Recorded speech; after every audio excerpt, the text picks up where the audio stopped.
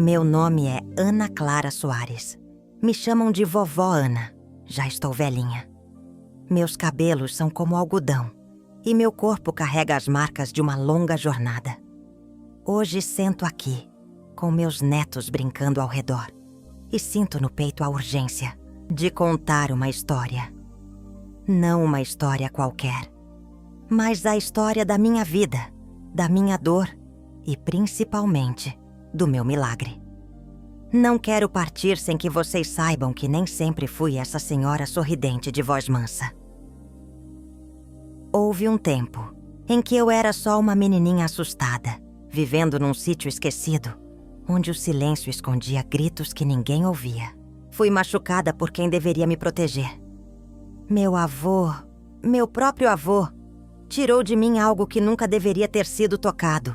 E o mundo ficou em silêncio. A dor virou minha companheira, noite após noite. Mas não estou aqui para chorar, não agora. Estou aqui para dizer que depois da dor veio o milagre. Ele não chegou como nos filmes, não caiu do céu de repente. Veio devagar, veio com o amor da minha avó, com a coragem da minha mãe, com o abraço do homem que me ensinou que amor não machuca.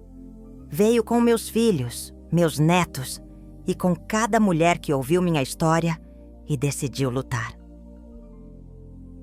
Não quero que me vejam como vítima. Quero que me vejam como prova viva de que é possível sobreviver. É possível vencer. Porque o mal não teve a última palavra. Eu tive. E hoje, antes que meus olhos se fechem de vez, quero que vocês ouçam. O milagre veio depois da dor, mas ele veio. E por isso, eu nunca mais me calei. Minhas queridas, adoro saber de qual cidade você está me ouvindo. Comente aqui embaixo, curte o vídeo e se inscreva no canal. O médico não precisou dizer muita coisa. Bastou o silêncio dele depois da palavra câncer para meu coração entender.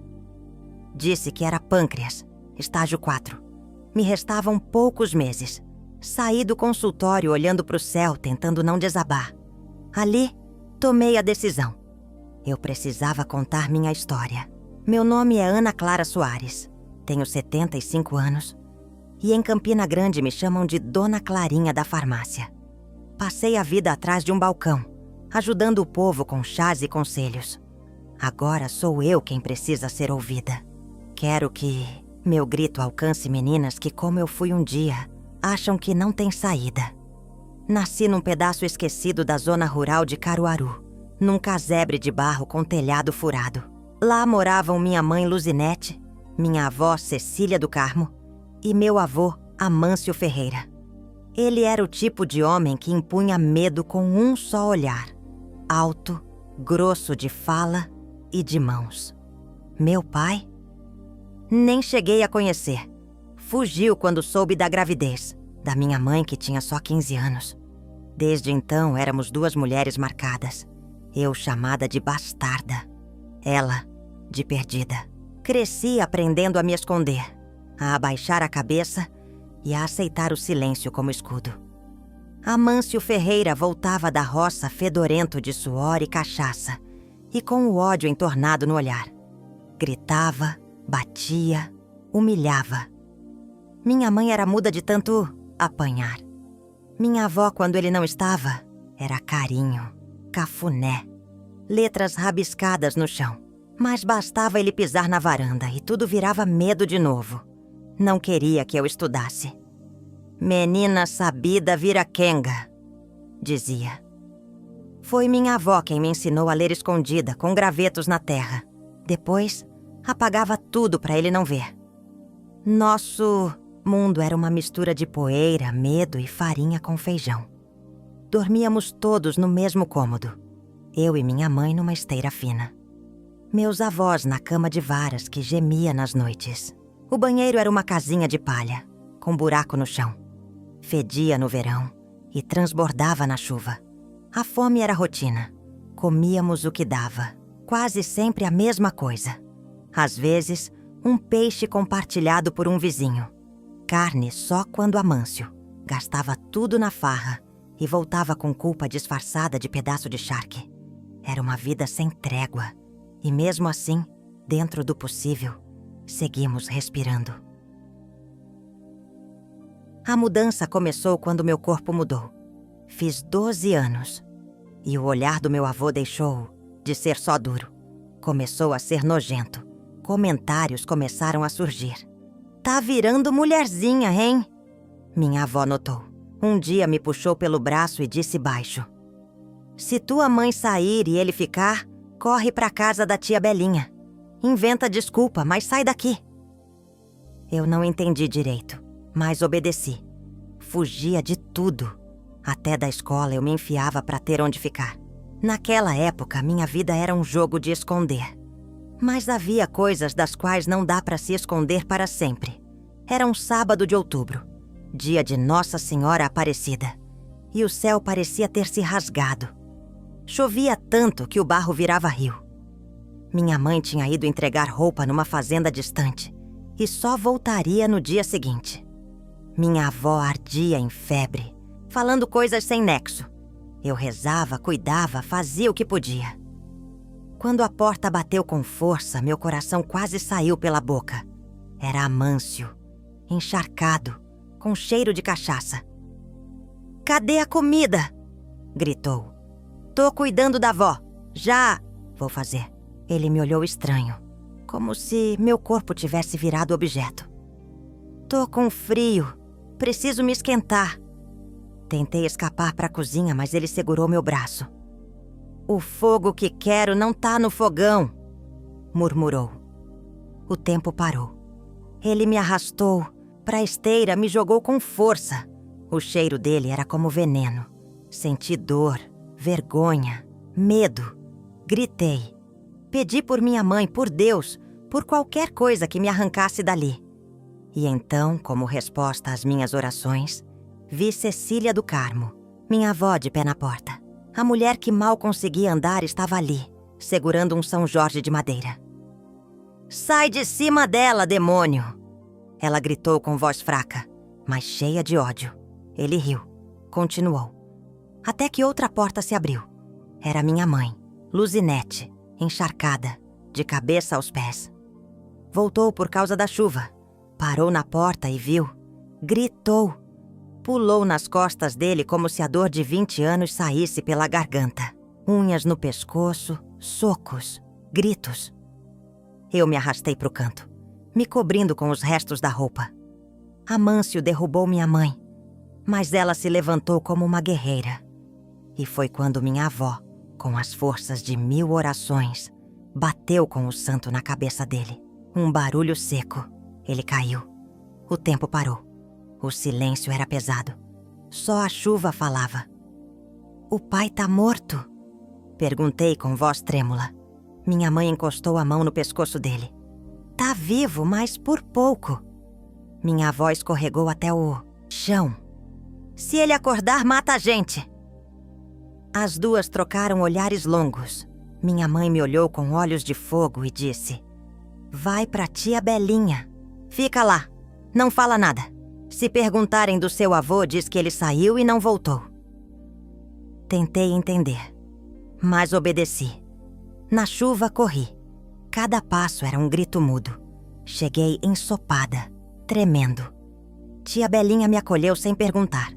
Me deu roupa seca, caldo quente, silêncio. A noite passou devagar. Cada som me fazia pular. Toda vez que fechava os olhos, o corpo do meu avô voltava. Sua respiração, seu peso, o cheiro dele. Eu queria esquecer, mas não conseguia. Na manhã seguinte, voltei devagar. Encontrei minha mãe varrendo o terreiro. A casa estava limpa, a mesa arrumada, como se nada tivesse acontecido. "Bom dia, filha. Dormiu bem?" Meu olhar buscava respostas, mas o silêncio dizia mais. "O seu avô saiu. Não vai voltar." A forma como ela disse aquilo foi o suficiente. E foi assim que enterramos um monstro sem cova. Depois daquele dia, a vida virou teatro. Minha mãe mentia com firmeza. "Seu Amâncio fugiu com uma quenga da usina." dizia. Os vizinhos balançavam a cabeça. Uns acreditavam, outros cochichavam. Mas ninguém insistia. No interior, homem sumia. Era só mais uma quarta-feira. A paz que veio foi estranha. Não havia gritos, nem tapas, nem medo. Mas o silêncio ainda machucava. Eu acordava gritando no meio da noite. Minha mãe notou. "Vamos embora", disse um dia. "Esse lugar já sabe demais." E assim, numa manhã de março, com o barulho da política nos rádios, pegamos uma carroça emprestada e fomos embora. Na rodoviária, compramos 3 passagens, só de ida para Natal. Eu olhava pela janela enquanto o sítio ficava para trás. Cada metro longe era um alívio misturado com medo. A cidade grande me assustou. Prédios, buzinas, gente para todo lado. Ficamos numa pensão fedorenta na Ribeira, dividindo cama, banheiro e desespero. Minha mãe conseguiu trabalho como faxineira em Petrópolis, bairro dos ricos. Eu cuidava da minha avó, que piorava a cada dia. O ar pesado da cidade castigava seus pulmões. Ainda assim, ela sorria e dizia: "Já vivi o que tinha de viver." Logo alugamos um barraco no Alecrim. Pequeno, mas nosso. Foi lá que conhecemos Dona Raimunda, nossa vizinha curandeira. Quando viu o estado da minha avó, trouxe chá de folha de pitanga. "Essa mulher precisa de alívio", disse. Virou parte da família. Foi ela quem me arrumou lá de um trabalho na feira do Alecrim. Vendia frutas e ganhava pouco. Mas todo centavo ia para a lata de goiabada embaixo do colchão. Minha avó sorria com cada moeda. Dinheiro de mulher é a única coisa que a gente pode chamar de nossa. 6 meses depois, minha avó partiu. Foi numa madrugada, dormindo. Serenamente. Choramos. Não tínhamos dinheiro nem para caixão. Mas Dona Raimunda mobilizou as vizinhas. Uma trouxe flor, outra roupa. Outra arrumou um coveiro. Nunca mais duvidei da força das mulheres. No enterro, fiz uma promessa em silêncio. Vou estudar, vou ser alguém e vou ajudar outras meninas que carregam o mesmo peso que eu. Com 14 anos, voltei para a escola, na primeira série, a mais velha da sala. As crianças riam, mas eu sorria, porque estava começando a me curar. E nem elas podiam me impedir disso. Com o fim da infância enterrado com minha avó, comecei a viver outra vida. Minha mãe trabalhava até tarde, mas sorria mais. Eu estudava de manhã e ajudava na feira à tarde. À noite, lia livros emprestados pela vizinha. Sonhava em ser enfermeira. Queria cuidar das feridas dos outros, como ninguém cuidou das minhas. Cada palavra nova aprendida era como um tijolo numa casa que eu mesma construía.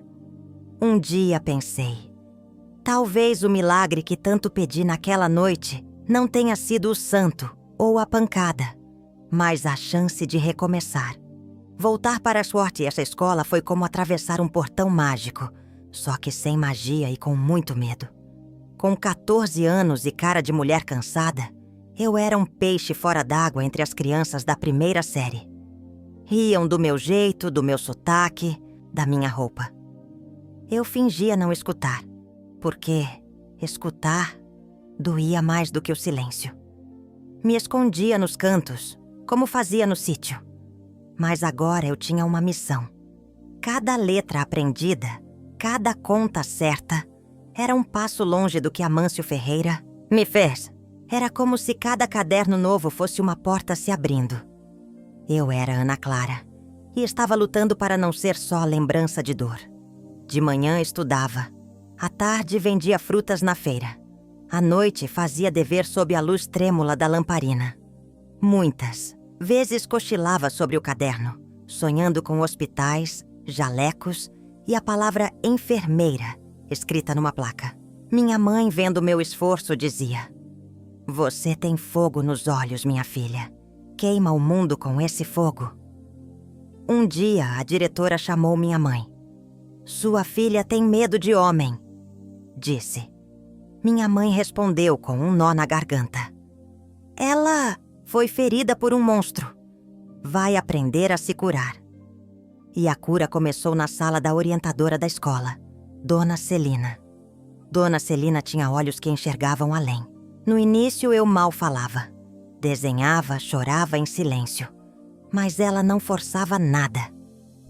Você não precisa falar agora. Só não precisa carregar sozinha. Um dia soltei uma frase.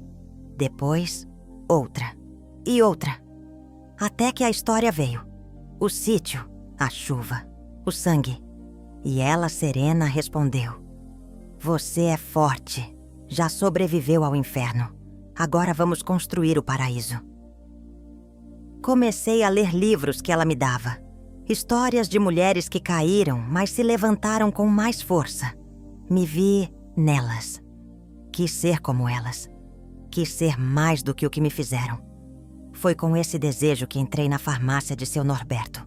Ele era um homem bom, calmo, paciente. Quando me via lendo rótulos de remédio, dizia: Essa menina tem alma de doutora. Me ensinava nomes difíceis, fórmulas, combinações. Eu ouvia com atenção, como quem aprende um feitiço novo. Na farmácia descobri outro tipo de cura, não só física, mas a cura que vem da escuta, do acolhimento. Era como se o balcão fosse meu escudo e meu altar. Comecei a juntar sonhos com mais coragem. Já não era só desejo, era um plano. E eu não ia parar até realizá-lo. Foi então que conheci professora Edvânia. Ela era cliente da farmácia. Um dia viu meu caderno aberto no balcão e perguntou: Você gosta de estudar, não é? Respondi com um sim tímido. Ela ofereceu aulas particulares, sem cobrar nada. 3 vezes por semana, depois do expediente, eu ia até o apartamento dela, cheio de livros, cheiro de café e o som da esperança. Aprendia tudo: ciências, matemática, história. Mas o que mais aprendi ali foi a me ver com outros olhos. Você não é o que aconteceu contigo, Ana Clara. Você é o que você decide ser. E naquele momento decidi ser livre. As aulas com professora Edvânia mudaram minha vida. Era como se, entre cadernos e explicações, ela fosse costurando as feridas abertas em mim. Você ainda vai cuidar de muita gente, ela dizia. E eu acreditava. Passei na prova do científico. Foi uma festa simples, mas cheia de emoção. Minha mãe fez um bolo de milho. Dona Raimunda trouxe chá de alecrim. Seu Norberto apareceu com uma cartela de vitaminas. Era como se cada um estivesse regando uma semente que eles mesmos ajudaram a plantar. Pela primeira vez, vi nos olhos da minha mãe mais do que alívio. Vi orgulho. Comecei no Colégio Ateneu Norte Rio-Grandense, cheia de medo. Os corredores longos, os alunos com livros caros, as mochilas novas. Eu me sentia uma impostora. Me escondia no fundo da sala. Tinha vergonha do meu sotaque, das minhas roupas, do passado. Mas os livros me salvavam. Quando abria um, o mundo lá fora sumia. Era só eu e o conhecimento. Estudava com fúria. Cada fórmula, uma espada. Cada texto, um escudo. Sabia que não podia me dar ao luxo de falhar. Minha sobrevivência dependia da minha inteligência. Minha liberdade dependia do meu diploma. Foi professor Eliseu, de biologia, quem me tirou da sombra. Devolveu uma prova com nota máxima e disse: Você tem um dom, não esconda. Me deu um livro sobre o corpo humano. Me apaixonei. Queria entender o que acontecia na cabeça de alguém que sobrevive ao trauma. Por que doía tanto por dentro mesmo com o tempo passando? Comecei a levantar a mão, a participar. E com isso, atraí atenção indesejada. Bruna Valença, filha de médico, começou a zombar. A caipira da farmácia vai receitar chá de boldo? Riram. Mas naquele dia, eu não chorei. Respondi com firmeza: Eu vou subir degrau por degrau e você vai me ver no topo. Depois disso, o silêncio virou respeito. Não virei popular, mas ninguém me chamava de caipira mais. Estava cada vez mais segura, cada vez mais dona de mim. A farmácia virou meu laboratório. Seu Norberto me ensinava combinações de ervas, truques de vovó, segredos dos remédios. Eu ouvia tudo, anotava tudo. Era um saber duplo, o do livro e o da vivência. Foi nessa época que Tiago Menezes apareceu mais uma vez. Estudante de medicina, vinha buscar remédios e acabava puxando papo. Tímido, gentil, inteligente. Eu desconfiava. Mas também, pela primeira vez, eu queria confiar. Minha mãe ficou atenta. Marcou um café em casa. Fez bolo, ajeitou a mesa, observou cada gesto dele. Gostei dele. Tem cuidado nos olhos, disse depois. Mas meu coração ainda tinha trancas. Tiago me trazia livros, falava da faculdade, perguntava sobre mim. E eu, aos poucos, respondia. Ainda desconfiada, ainda com medo. Mas algo em mim queria abrir espaço. Sentia que ele não vinha para invadir, mas para ficar do lado de fora, esperando que eu quisesse abrir. E isso, naquele momento, era o maior milagre de todos. Um milagre maior até que sobreviver àquela noite de tempestade. Tiago Menezes se tornou parte do meu cotidiano. Aparecia na farmácia com qualquer desculpa. Um band-aid, um analgésico, uma dúvida. Mas o que ele queria mesmo era ver se eu estava bem. No começo, achei que fosse piedade. Depois, percebi que era carinho. Um carinho sem pressa. Numa noite, depois de me acompanhar até o portão, segurou minha mão. Meu coração disparou. Era como voltar para o quarto daquela noite. Como se o corpo ainda não tivesse esquecido. Tentei soltar, mas ele apenas disse: "Posso perguntar uma coisa? Por que você não me deixa chegar perto?" Respirei fundo e contei. Pela segunda vez, na vida falei tudo. O sítio, a chuva, o monstro chamado Amâncio Ferreira, o sangue, o silêncio. Ele não chorou, não interrompeu, não desviou o olhar. Só ficou ali, firme.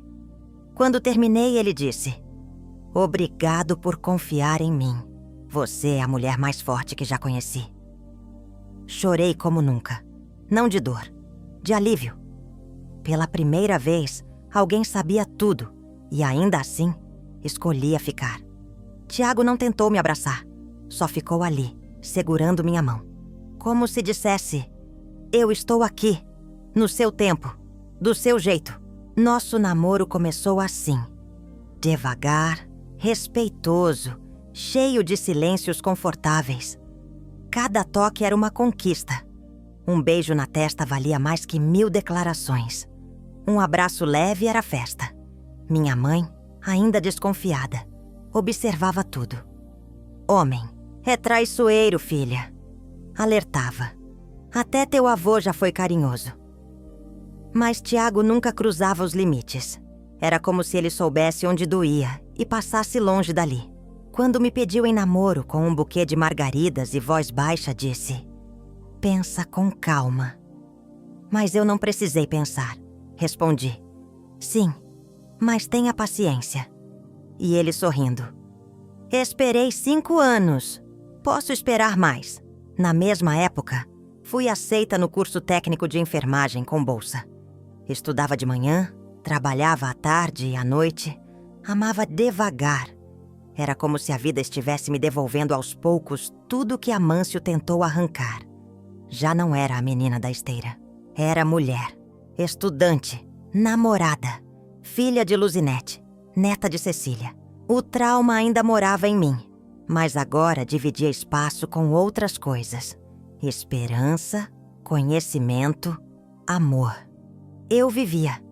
Pela primeira vez, vivia de verdade. Achava que o passado estava enterrado. Mas fantasmas têm o dom cruel de saber quando aparecer.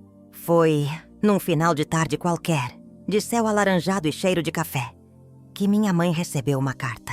Veio de Campina Grande. escrita por tia Belinha. Dizia que Amâncio Ferreira estava vivo. Meu sangue gelou. Aquele nome que me feria voltou a ser falado em voz alta. Ela dizia que ele estava doente, quase morrendo, e queria acertar as contas.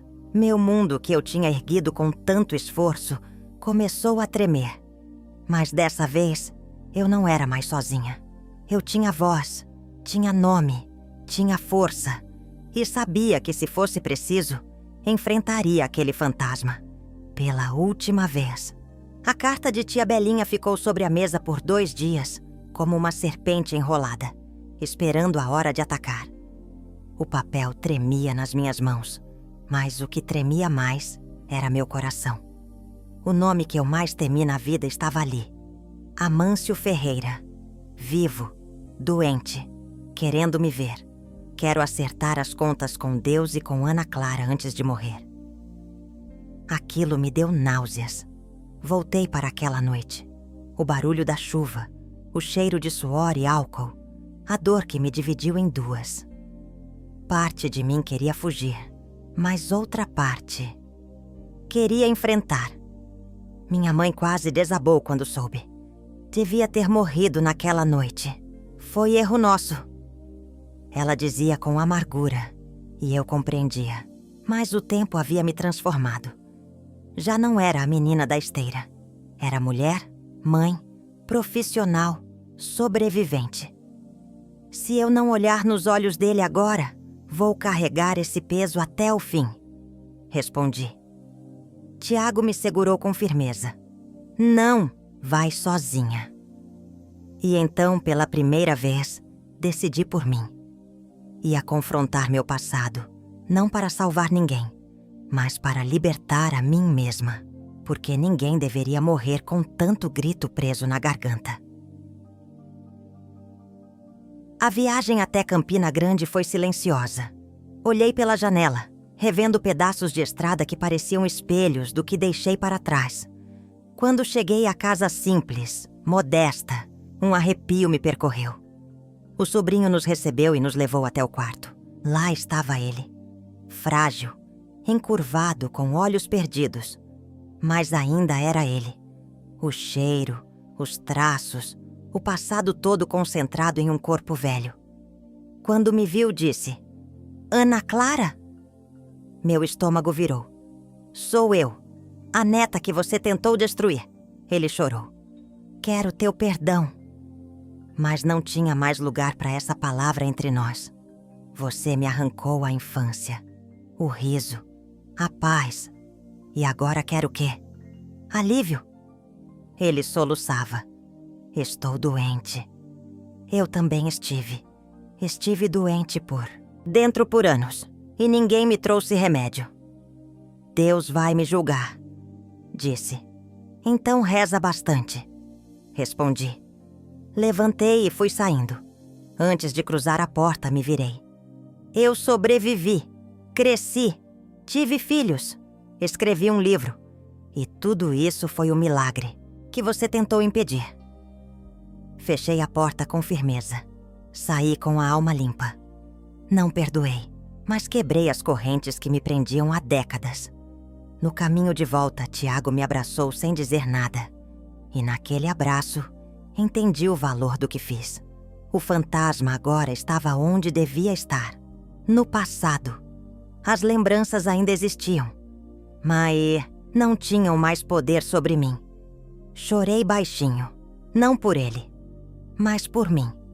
Pela menina que resistiu, pela mulher que renasceu e pela certeza de que o milagre que eu tanto esperei veio.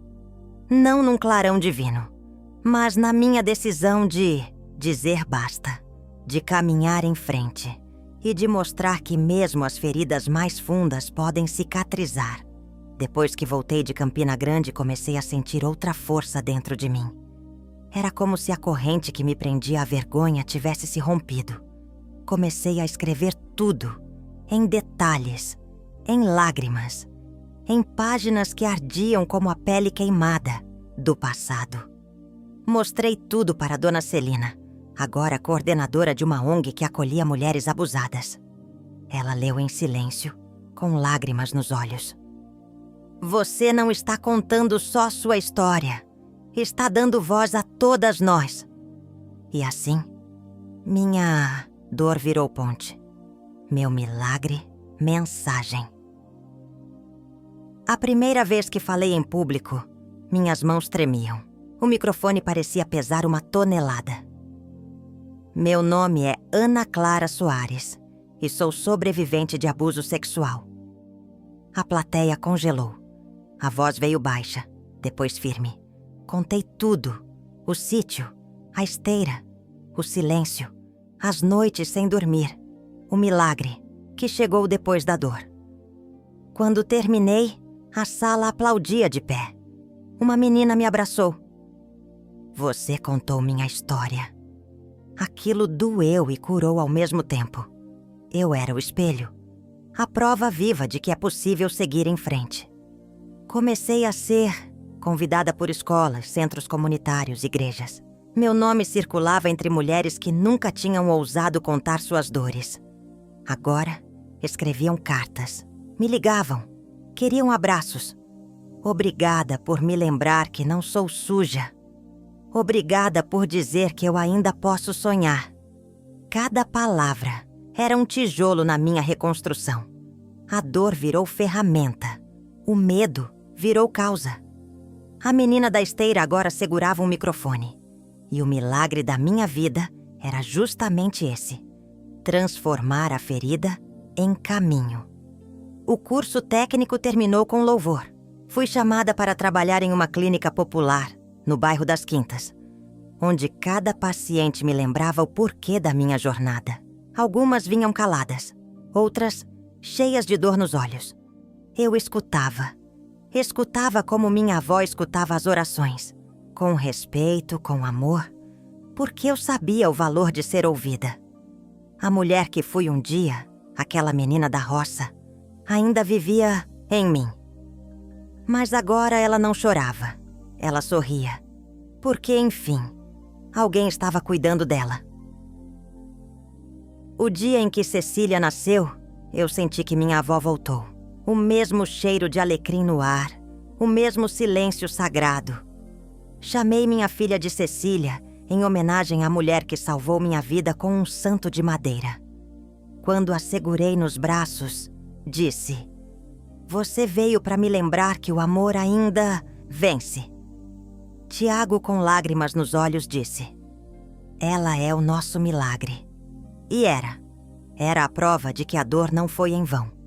Que Deus ouviu minha prece de infância. Só demorou. Porque milagre que cura, demora mesmo. Mas quando vem, é pra sempre. Os anos seguiram suaves, mas não sem sombra. Lucas, meu segundo filho, nasceu forte, risonho, com os olhos do pai. Nossa casa era simples, mas cheia de amor.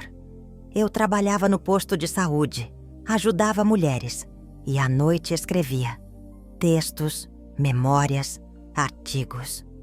E em cada linha, eu via Cecília do Carmo sorrindo no canto da sala, como se dissesse: vai, minha menina, fala o que eu nunca pude dizer. Mas os pesadelos ainda vinham. Acordava com o corpo tenso, os olhos marejados, o cheiro da chuva grudado na pele. Ia até o quarto dos meus filhos e sussurrava: vocês estão seguros. Eu venci. Quando a editora me procurou, travei. Queremos transformar sua história num livro. Me deu medo de ser julgada, de expor minha mãe, minha família. Mas minha mãe foi firme. Chega de esconder. Escrever é resistir. Peguei os cadernos antigos, os rascunhos, e recomecei. A cada capítulo, chorava. Mas era um choro de cura. Intitulei o livro de O Milagre Veio Depois da Dor. Porque foi isso. Meu milagre não veio no meio da tragédia. Veio depois. Muito depois. Mas veio. E com ele veio também a paz que eu sempre pedi. O lançamento foi num auditório lotado. Estava nervosa, mas quando peguei o microfone, vi Tiago, meus filhos, minha mãe, professora Edivânia, Dona Celina, todos me olhando com orgulho. Meu nome é Ana Clara Soares. Eu venci o inferno e estou aqui. As palmas ecoaram como um trovão. Abracei cada pessoa que se aproximou. Mulheres com olhares de esperança, jovens buscando respostas. Era mais que um livro. Era o meu testamento de fé, de resistência. Uma carta aberta para o mundo. Para que ninguém mais se calasse como eu me calei. Poucos meses depois, chegou a notícia. Amâncio Ferreira morreu. Sozinho. Num hospital público, sem ninguém ao lado. Não chorei. Não sorri. Apenas respirei. A vida se encarregou de encerrar o que eu comecei. Não desejei mal, só desejei distância. Ele se foi e eu fiquei. Rezei 1/3 pela minha avó, por mim, por todas nós.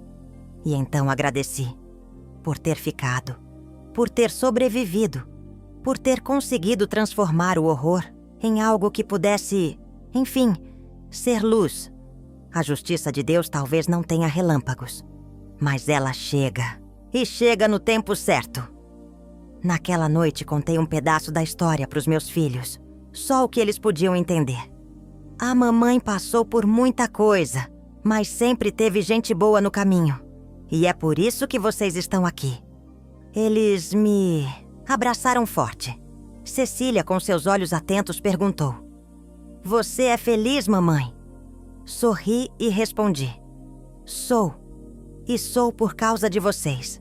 E por causa do milagre que veio depois da dor." A noite foi calma.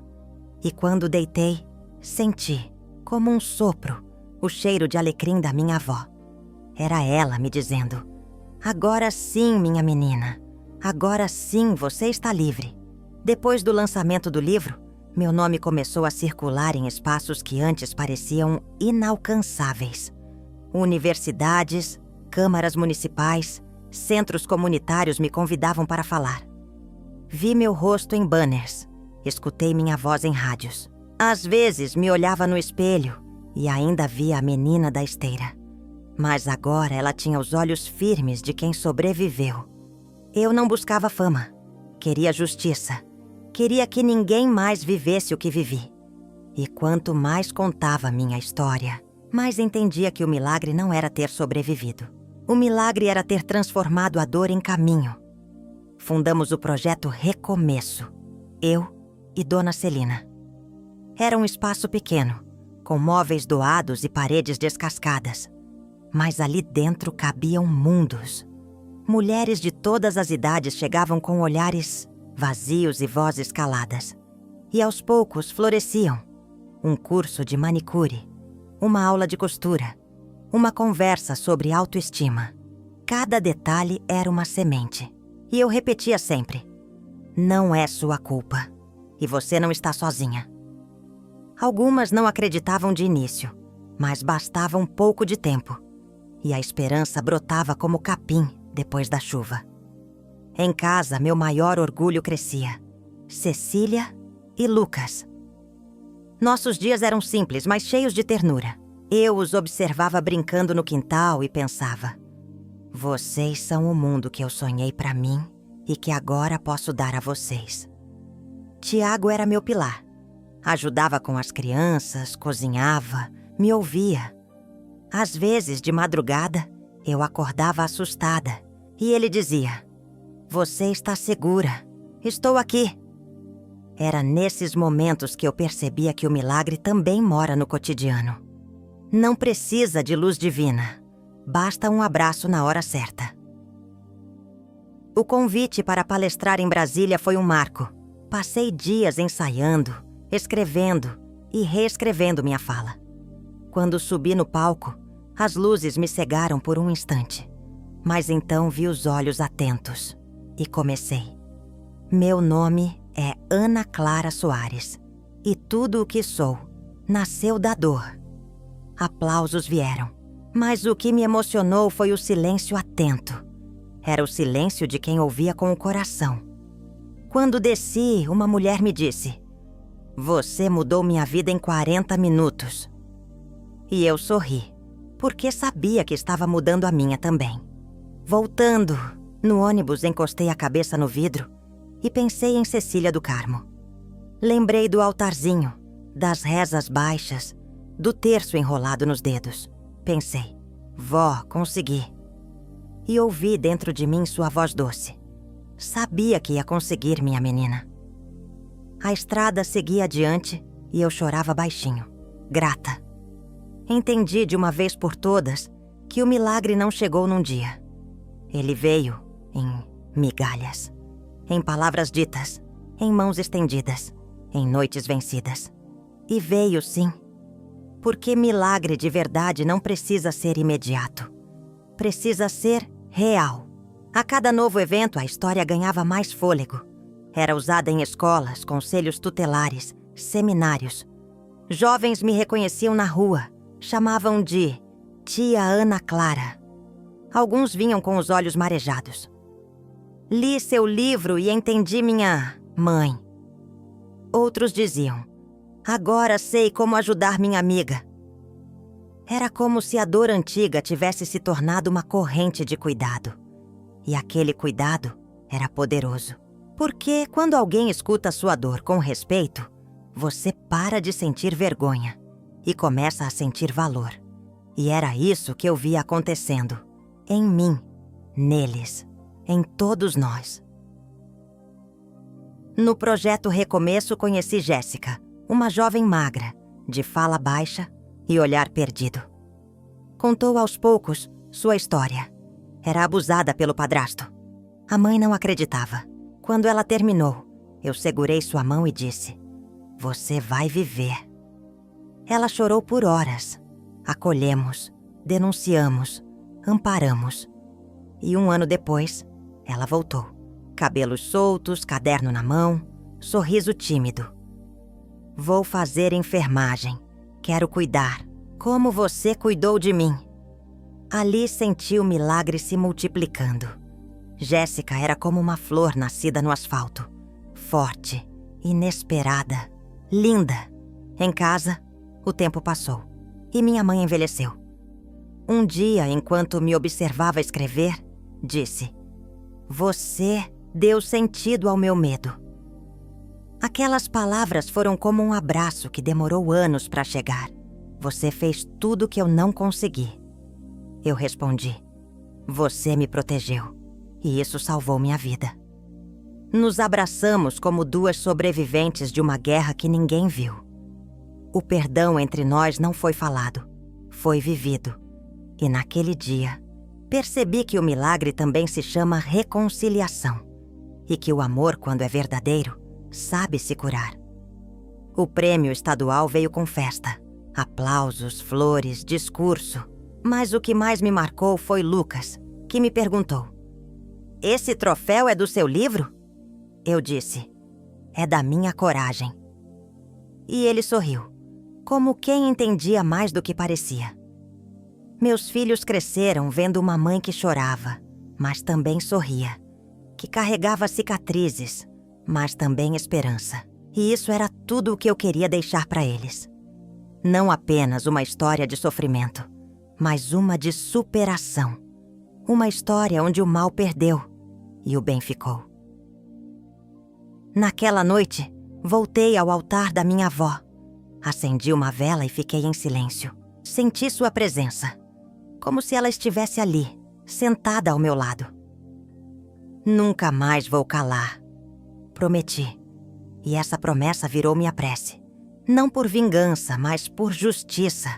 Por cada mulher que nunca teve chance de falar. Por cada criança ainda em silêncio. Por cada avó que tentou proteger como pôde. E ali, diante da chama bruxuleante, entendi que meu nome agora era mais do que um nome. Era uma voz. E vozes, quando se unem, fazem o mundo tremer. O dia em que recebi o diagnóstico foi silencioso. O médico explicou com calma. Câncer avançado. O tempo seria curto. Não senti revolta. Apenas um vazio profundo, seguido de paz. Olhei para minha vida e pensei: Fiz o que tinha que fazer. Chamei Tiago. Abracei forte. Quero que você continue tudo. O projeto, as palestras, os livros. Não deixa isso morrer comigo. Ele jurou, com olhos marejados, mas cheios de força. Você me ensinou. Agora é minha vez. E eu sabia que ele ia cumprir, porque o amor dele sempre foi promessa e ação. Chamei as crianças. Falei com verdade. A mamãe está doente, mas feliz, porque vivi mais do que imaginei. Eles choraram, me abraçaram. Prometi cartas, uma para cada idade, para cada fase, para cada saudade. Escrevi bilhetes escondidos nos livros preferidos. Gravei vídeos contando histórias, rindo, ensinando receitas. Quando sentirem minha falta, coloquem esse vídeo e fiquem comigo um pouquinho. Preparei tudo como quem organiza uma festa, porque eu não queria que minha partida fosse só dor. Queria que fosse também memória e amor. Nos últimos dias pedi que me levassem até o recomeço. Queria ver Jéssica, Dona Celina, tantas outras que floresceram ali. Fizeram um mural com fotos, recados, desenhos. Você plantou, agora nós cuidamos. Voltei para casa com a alma em festa. Organizei meus cadernos, pedi que colocassem comigo o terço da minha avó. Ela começou tudo, eu só terminei. Na véspera recebi professora Edivânia, minha mãe e Tiago.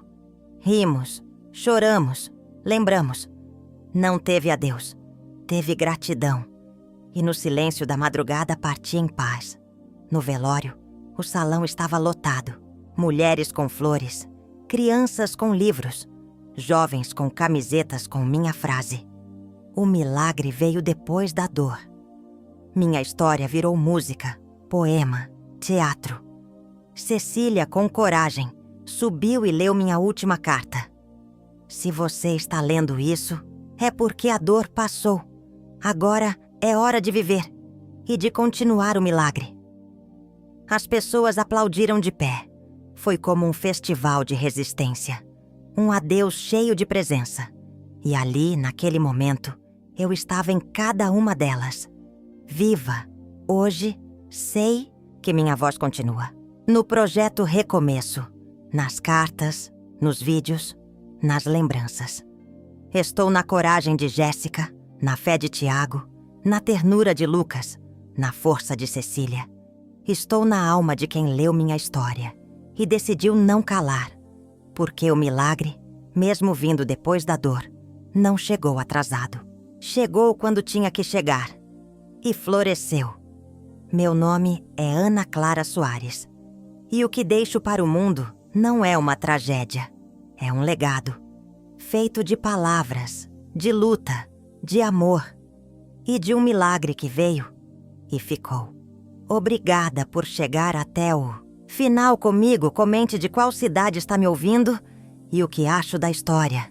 Não esqueça de curtir o vídeo e se inscrever no canal.